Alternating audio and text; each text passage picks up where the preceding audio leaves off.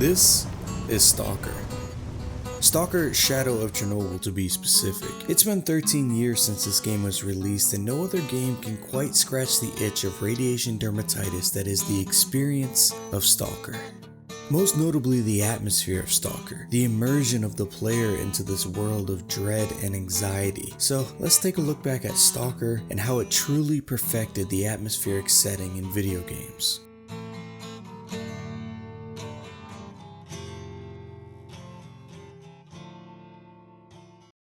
Stalker Shadow of Chernobyl is a first-person survival shooter game developed by GCS Game World in 2007. It's the first of 3 games in the series, being followed by Stalker Clear Sky and Stalker Call of Pripyat. It draws in elements of horror and even has a little sprinkling of role-playing games thrown in with two-way communication with NPCs and some slight gear and stat customizations with artifacts. Shadow of Chernobyl takes place in, well, the Shadow of Chernobyl, that being the exclusion zone surrounding the nuclear reactor. Taking place in 2012, this game follows a similar timeline to the real-life Chernobyl disaster happening in 1986. You know, the first one.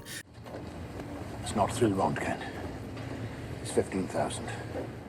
But also there's a second disaster happening in 2006, mostly shrouded in mystery, but the second disaster has made the zone much more uninhabitable because now, on top of the radiation saturation in the area, there are physics-breaking anomalies, strange creatures, and of course, cheeky breeki.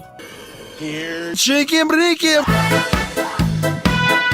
The setting of the game is very loosely based on the 1972 novel Roadside Picnic and the 1979 film based on that book titled Stalker, both being released years before the real-life Chernobyl disaster even occurred. And the end of the movie even had images of a nuclear reactor in the background. People still come into this area though, called the Zone in the games. There are valuable artifacts scattered about that were created by this otherworldly atmosphere that give off different powers to those that hold them. There is also these legends of a wish-granting object in the center of the zone, so this naturally brings in these scavengers that try to find some coin or to get their wishes granted. These scavengers are called Stalkers. I'm not really going to get into the plot of this game too much in this video because its outcome has little to do with the setting and the immersion of this game. But you play as a stalker, you wake up with amnesia, which is a really lazy writing trope that I'm not a fan of, but this game makes it work out okay. You wake up and you only know one thing from a message that is left on your PDA.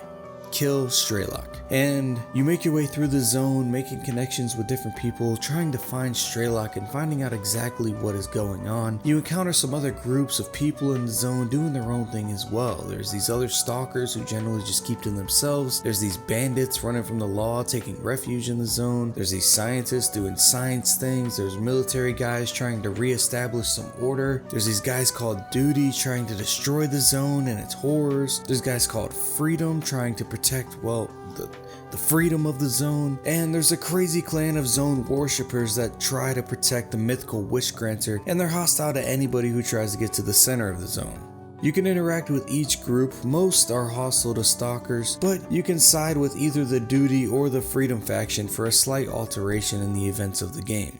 But that's enough background and world building though. Let's get into the meat and potatoes, or perhaps the vodka and sausage. The atmosphere. The game is a pseudo open world. It's really just 18 different maps or so connected so that you can walk between them as you please. Areas range from the wilderness to the settlements and military bases, underground bunkers and labs. Each and every area is just crammed with atmosphere. Even the empty areas of wilderness with no one else around is just an ominous and eerie feeling. And this is achieved by the amazing sound design accompanied by the beautiful bleak landscape. Even now, when the dated graphics and bugs try to break the immersion, the atmosphere just draws you right back into this game. The ambient noise, the weather effects, the detailed environments, the incredibly complex AI system. For an open world game, the AI is just impressive. All the creatures and the NPCs interact independently with each other, the weather and the environment, creating its own little ecosystem. It gives the sense of a living and breathing world that you're just a loner trying to make it through alive. Enemies will try and flank you in fights, they'll swap cover, they'll even yell at you when fighting, or they could just sit in a corner silently waiting for you to turn it. It's just beautiful. It all comes together for an unforgettable and immersive experience. The gameplay is simple, it's just a first person shooter. There's no true RPG elements, there's no XP bar, there's no level up system, there's no fucking reason you need to fight this thing, just run. You'll die just as easy 10 minutes into the game as you will 10 hours into the game. You never have a feeling of being overpowered. It reminds me a lot of Silent Hill, it just keeps you in a constant state of being uncomfortable.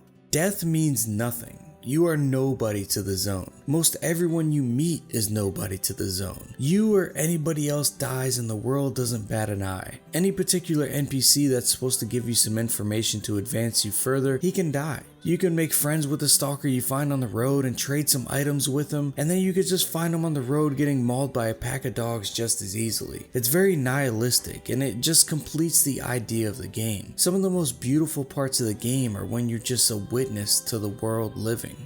Entering certain underground bunkers and labs quickly takes the game from survival shooter to surreal horror experience. One lab in particular has such great sound design it's almost hard to continue on through it. Here, just experience this for a few seconds.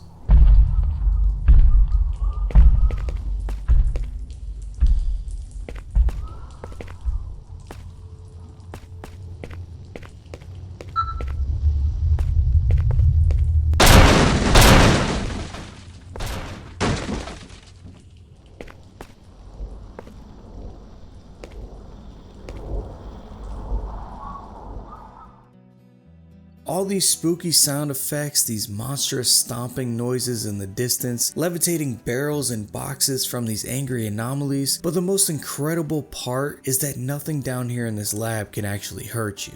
Oh, now you fucked up! Okay, maybe I lied, but what did you expect? This is Chernobyl, baby. Big city, flashing lights. It's just some scrubs in a gas mask. They can't really do any damage to you. The atmosphere and the horror take the front seat. Nothing can touch you down here.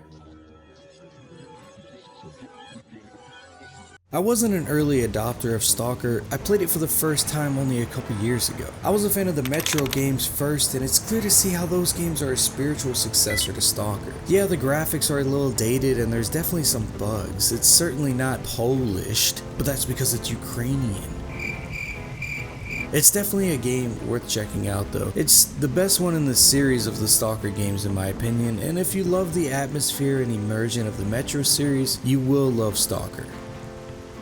Thank you so much for watching. Hope to see you next time. Peace.